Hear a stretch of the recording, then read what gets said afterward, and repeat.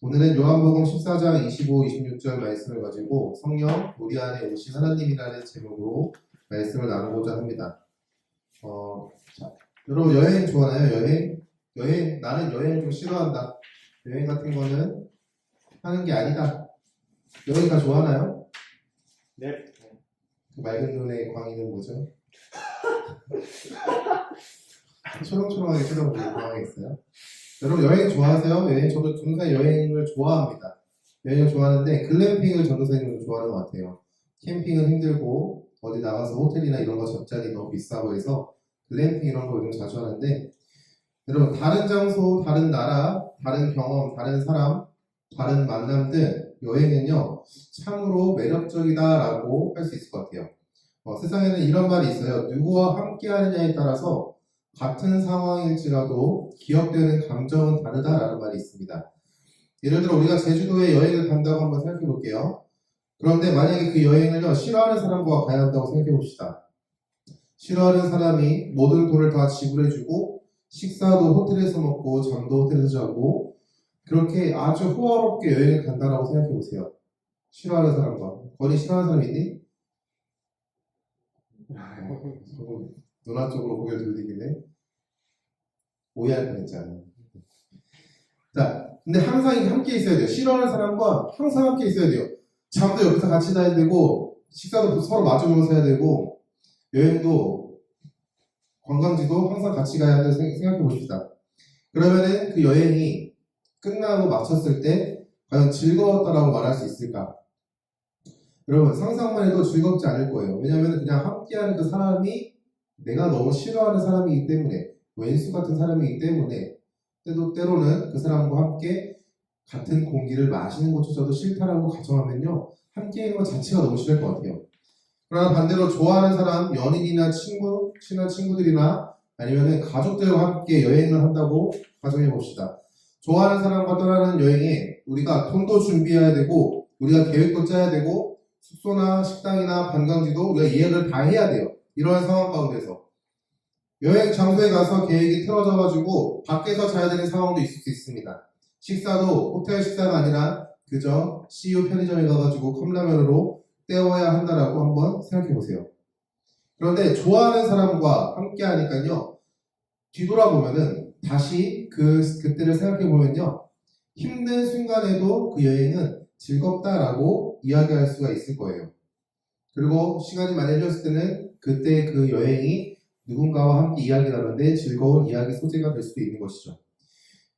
여러분, 사람에 따라서 같은 상황, 어쩌면요 더 안 좋은 상황일지라도 더 좋은 기억, 추억으로 기억될 수도 있고요. 더 좋은 상황이라도 좋지 못한 기억으로 그리고 잊고 싶은 순간으로 기억될 수도 있습니다. 그 이유가 무엇일까? 너무 단순한 게 내가 좋아하는 사람과 함께 있냐, 내가 싫어하는 사람과 함께 있냐의 차이예요. 서로가 서로를 잘 알기 때문에 서로 도와주기도 하고요, 섬기기도 하고, 그리고 서로의 필요를 잘 알기 때문에 함께하는 것에 있어가지고 참으로 기쁜 순간들이 생겨나는 것이죠. 여행을 넘어서 우리의 삶에서도 누구와 함께하느냐에 따라서 그 삶에 대한 우리의 고백이 달라집니다.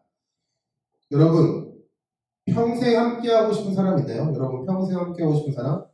우리 결혼하신 선생님은 배우자라고 당당하게 고백하실 거라고 저는 믿습니다.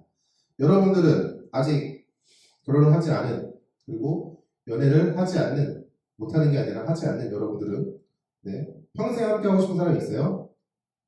아영이 있니? 평생 함께하고 싶은 사람? 오빠 슬프겠다. 건이 있니? 네? 건이 있어?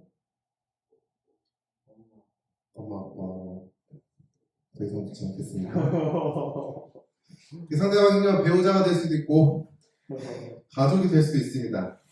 그러나 그들은요 영원히 우리와 함께 하지 않는다는 단점이 있어요. 우리의 부모님은요 조금 슬픈 이야기지만 우리보다 먼저 하나님 품에 돌아가실 수도 있고요. 사랑하는 사람 배우자 또한 우리보다 먼저 세상을 떠날 수 있는 것이죠. 그러하게 우리는요 그들과 함께하는 삶이 영원히 행복하다라고 고백할 수는 없습니다. 순간은 행복하고 감사하다고 고백할 수 있지만 평생의 삶을 돌이켜보면요 그리움이 남을 수도 있고요 오히려 그 그리움으로 인해서 슬퍼질 수도 있어요. 그런데 우리를 너무 사랑하신 하나님은요, 우리와 함께 하시고자 이 땅에 오셨다라고 성경은 고백하고 있어요. 이 땅을 넘어가지고 우리에게 오신 것이죠. 우리의 마음 가운데 오신 것입니다. 성경은요, 그 하나님을 가리켜서 성령님이라고 우리에게 고백하고 있습니다. 예수 그리스도의 은혜로 구원을 받은 성도들에게는요, 예수님께서 약속하신 성령님이 함께 하십니다. 그리고 그와 함께 살아가는 것이죠. 오늘은 우리가 우리에게 오신 성령님, 우리에게 오신 하나님, 성령님에 대해서 이야기 나눠보길 바랍니다. 첫 번째로는 성령님은 누구신가? 성령님은 누구신가에 대해서 성경은 위로자가 되시고 상담자가 되시고 변호자가 되신다라고 이야기합니다. 여러분, 성령님이 누구시지라는 질문 가운데 우리가 항상 전사님이 지금 3주째 강조하고 있는 건데, 하나님이 누구야? 예수님이 누구야? 성령님이 누구야? 라는 그 질문 가운데 무엇을 근거로 이야기한다고 그랬죠? 잊어버렸니? 자, 한 번 더 이야기할게요. 우리가 하나님, 예수님, 성령님이 누구야? 여러분들에게 누구야? 라는 질문이 들어왔을 때 우리는 항상 성경을 근거로 이야기해야 돼요. 성경을 근거로. 자, 성경에서는요, 성령님에 대해서 다양한 표현들을 사용하고 있어요. 하나님의 영, 거룩한 영, 진리의 영 등등등 성령님에 대해서 표현은요, 참 다양합니다. 근데 오늘 말씀을 보면요, 성경은요, 보혜사라는 단어를 사용하고 있어요. 보혜사. 전사님이 보혜사라는 단어의 뜻을 갖고 왔습니다. 보혜사는요, 보호하다 은혜, 해, 스승, 사. 이 단어를 써가지고 은혜를 보호하는 스승이라는 뜻을 갖고 있습니다. 보혜사, 은혜를 보호하는 스승. 그런데 우리는요, 한자어가 아니라 신약 성경이 기록된 헬라어, 그리스어가 어떤 의미를 가지는지를 조금 상세하게, 그것을 통해서 상세하게 그 뜻이 무엇인지를 이해할 수 있는 것이죠. 한국어로 기록된 보혜사라는 단어는요, 자, 좀 어려울 수 있어요. 자, 이런 단어로 쓰여 있습니다. 여기 헬라어예요. 여기 그리스어입니다. 그리스어. 파라클레토스라고 합니다. 파라클레토스. 이 단어는요, 두 단어가 합성된 합성어입니다. 두 단어가 합성된 것이죠. 두 단어가 합성된 합성어.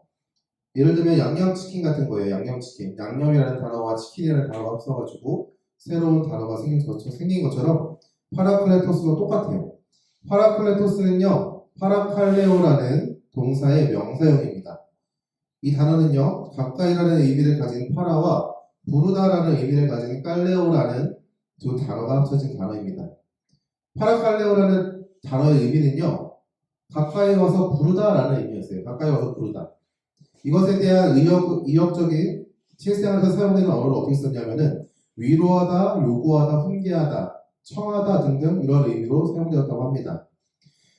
파라칼레오의 명사형 단어가 파라클레토스이므로 파라클레토스는요, 상담자, 위로자, 변호자라는 의미로 사용되었다고 합니다. 우리는 보혜사라고 부르는 단어는요, 원래 단어의 의미를 통해서 우리가 성령님이 어떤 분인지 알 수 있는데, 그분은 위로하시는 분이고 우리를 변호하시는 분이고 우리에게 알게 하시는 분이다라는 것을 알 수 있어요.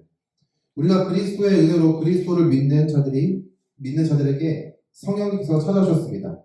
그 성령님은요, 우리를 위로하시고 우리를 변호하시고 우리를 깨닫게 하시는 분인 것이죠.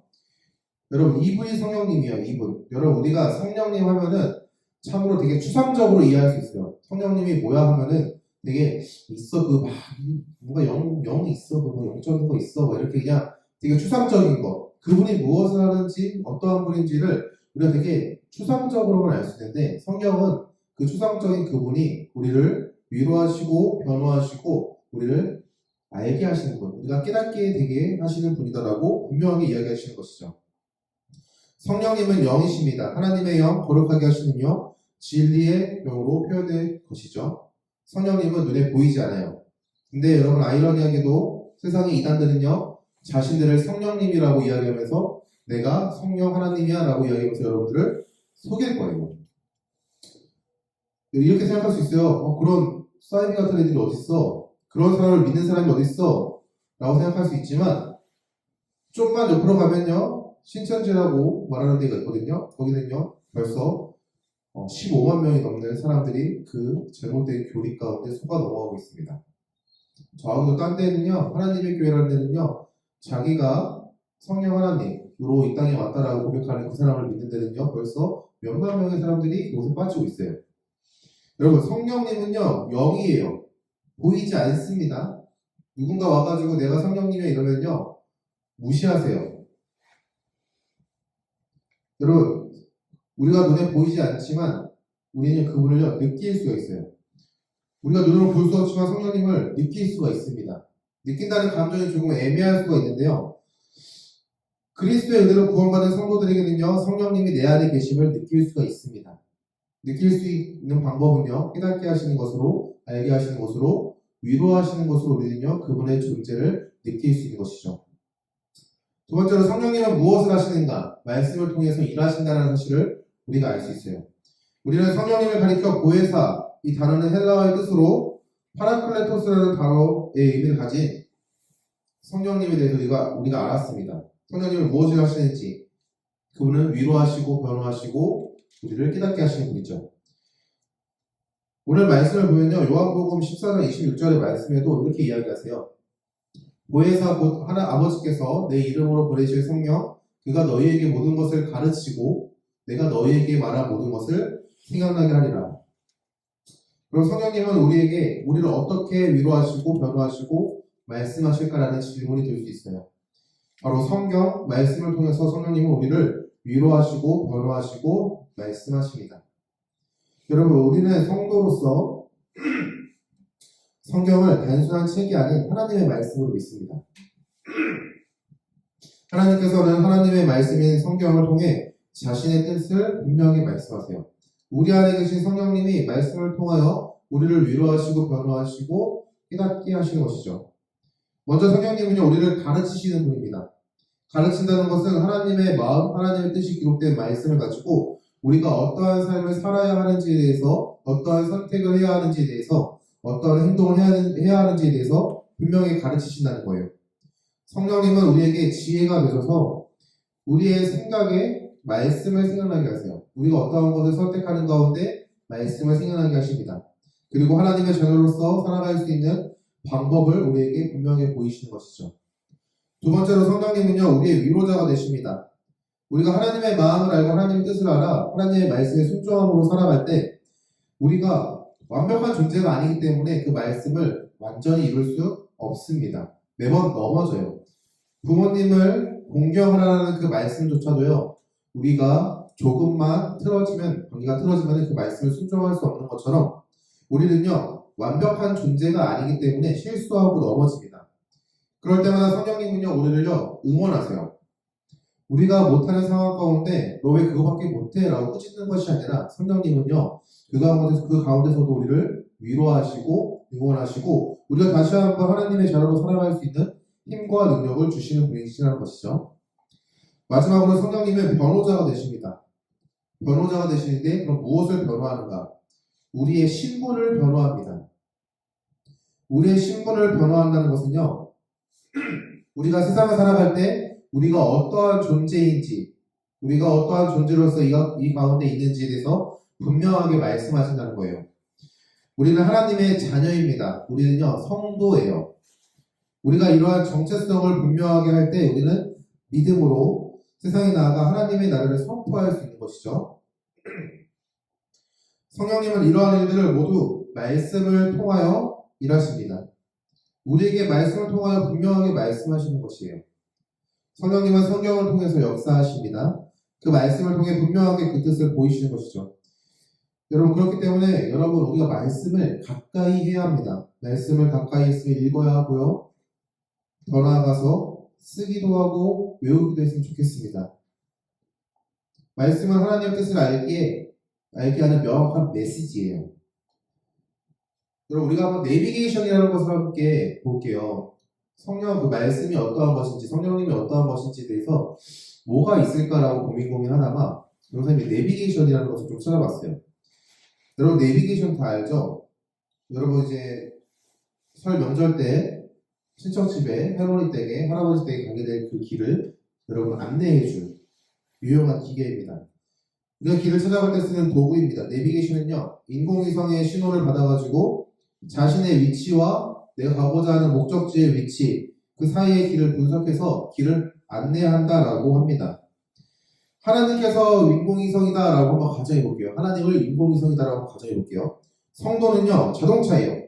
자동차를 운전하는 운전자라고 한다면 성령님은요, 내비게이션입니다. 그리고 하나님께서 우리에게 말씀하시는 것을 인공위성이 보내는 신호라고 한번 해볼게요. 우리가 운전을 하면서 갈 때 내비게이션을 통해 길을 안내받습니다. 인공위성 신호를 받아가지고 가고자 하는 목적지를 향해 길 안내에 있어가지고 우리는 내비게이션 화면을 통해가지고 그 안내를 선명하게 볼 수 있는 것이죠. 근데 만약에 화면이 안 보여요. 블랙화면이 됐다고 생각해 봅시다. 내비게이션 화면이 안 보여요. 아무리 인공위성과 내비게이션이 커뮤니케이션이 된다고 해도 우리는요, 그것에 대한 분명한 방향성을 가지고 나아갈 수 없게 되는 거예요. 그렇기 때문에 우리는요, 말씀을 읽어야 합니다. 하나님께서 계속 말씀하세요. 그것을 깨닫게 하시는 분이 성령님이세요. 그것에 대해서 선명하고 분명하게 깨닫게 하시는 분이 성령님인데 그분은요, 우리에게 말씀을 가지고 깨닫게 하십니다. 말씀이 재미없어서 말씀이 너무 어려워서 말씀을 읽기 힘들다고 생각하는 친구도 있어요. 하지만 성령께서는요, 그 말씀을 읽고 싶어 하는 마음, 동기를 주시고요, 그것을 이해할 수 있게 하시는, 깨닫게 하시는 지혜도 주시고, 기억할 수 있고, 기억나게 하시는 능력도 주시는 분이에요. 성령님은요, 우리 안에서 하나님의 말씀으로 계속해서 말씀하십니다. 이게 성령님이 하시는 일입니다. 말씀을 가지고 위로하시고, 변호하시고, 깨닫게 하시고, 마음을 움직이시고, 지혜를 주시고, 우리 성령님께서 이렇게 역사하세요. 말씀을 가지고. 그 성령님이 우리와 함께 하신다는 사실이죠. 세 번째 나눠볼 메시지가 뭐냐면 우리와 함께 하시는 성령님이라는 거예요. 여러분, 이 말씀을 조금 분명하게 이해하고자 하려면요, 오늘 요한복음 14장 말씀 전장인 13장부터 차근차근 읽어보면 좋습니다. 13장부터 한번 무슨 이야기를 하셨는지 그것에 한번 이야기를 나눠볼게요.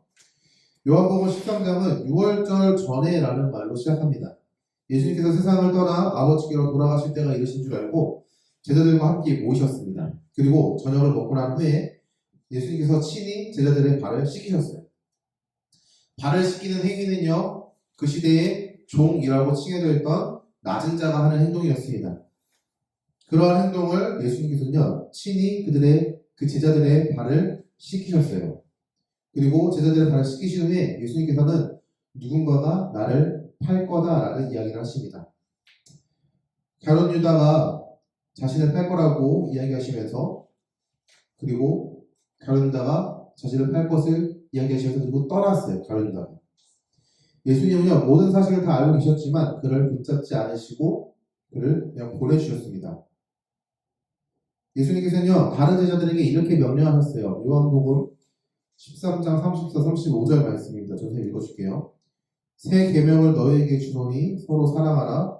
내가 너희를 사랑한 것 같이 너희도 서로 사랑하라. 너희가 서로 사랑하면 이로써 모든 사람이 너희가 내 제자인 줄 알리라. 예수님께서 아버지께로 돌아간다. 아버지께로 다시 돌아간다는 그 말을 듣고 베드로가 끝까지 함께 하겠다고 말합니다. 하지만 예수님은요, 베드로가 예수님을 배신할 것을 분명하게 이야기하셨어요. 예수님의 말씀을 듣고 많은 제자들이 근심하였습니다. 이것을 아시고 예수님은요, 그들에게 근심하지 말라라고 말씀하시면서 아버지께로 돌아가시는 이유, 아버지께 돌아가는 이유를 분명하게 다시 한번 이야기하시는데 그게 뭐냐면은 아버지께로 갈 거처, 아버지께로 돌아갔을 때 너희들이 거할 거처를 예비하기 위함이다라고 말씀하세요. 그리고 제자들에게 아버지께로 가는 길을 너희가 안다라고 말씀하셨습니다.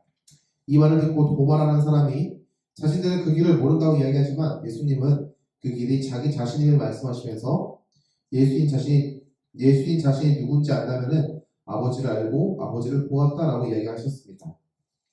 하지만 이 말을 듣고 빌립이라는 사람이 또 이렇게 이야기합니다. 우리에게 아버지 하나님을 보여주십시오 라고 이야기해요.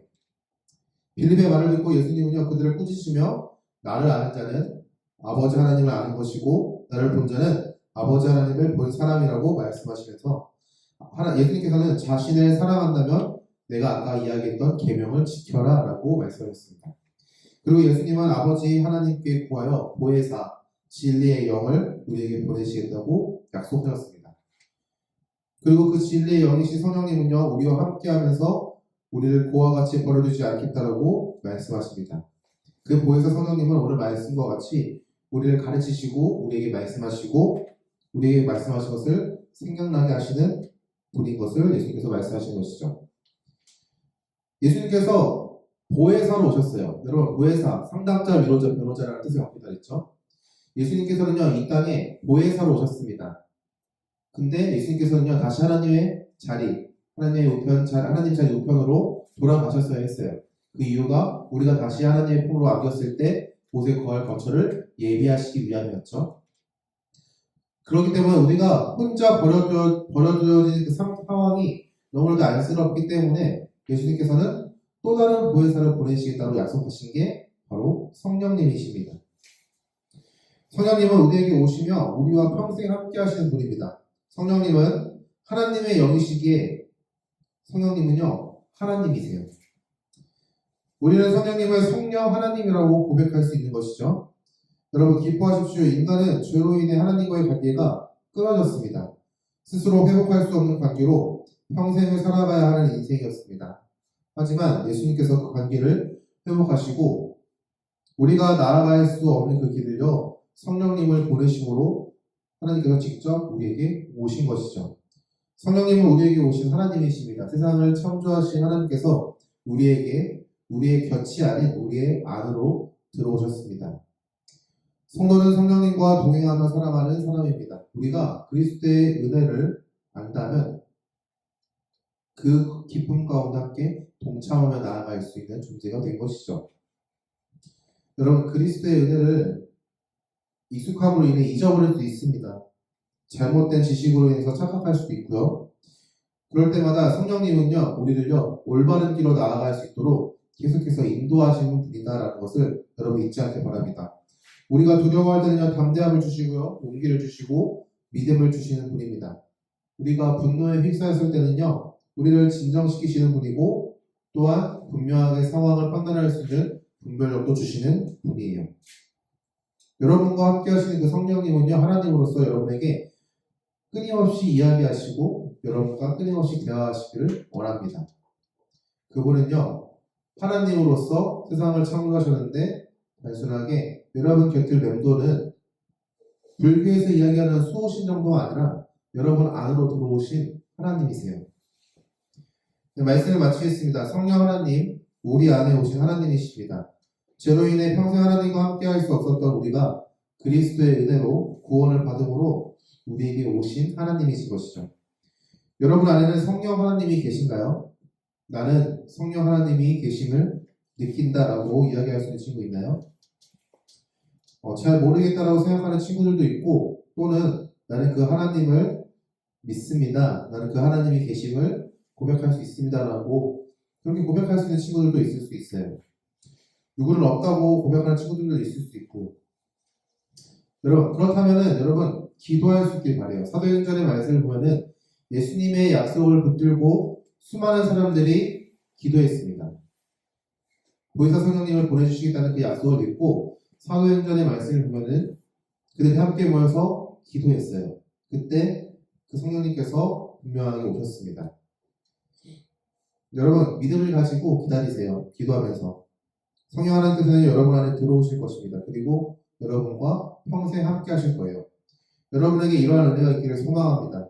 그리고 성령님과 함께 살아가는 그 삶이 상황과 환경을 바라보면서 행복하다고 고백하는 삶이 아니라 성령님과 함께 하시기에 상황과 환경이 행복하다라고 이야기할 수 없을지라도 여러분들이 행복하다라고 고백할 수 있는 그러한 삶이 될 수 있기를 예수 그리스도의 이름으로 축원합니다.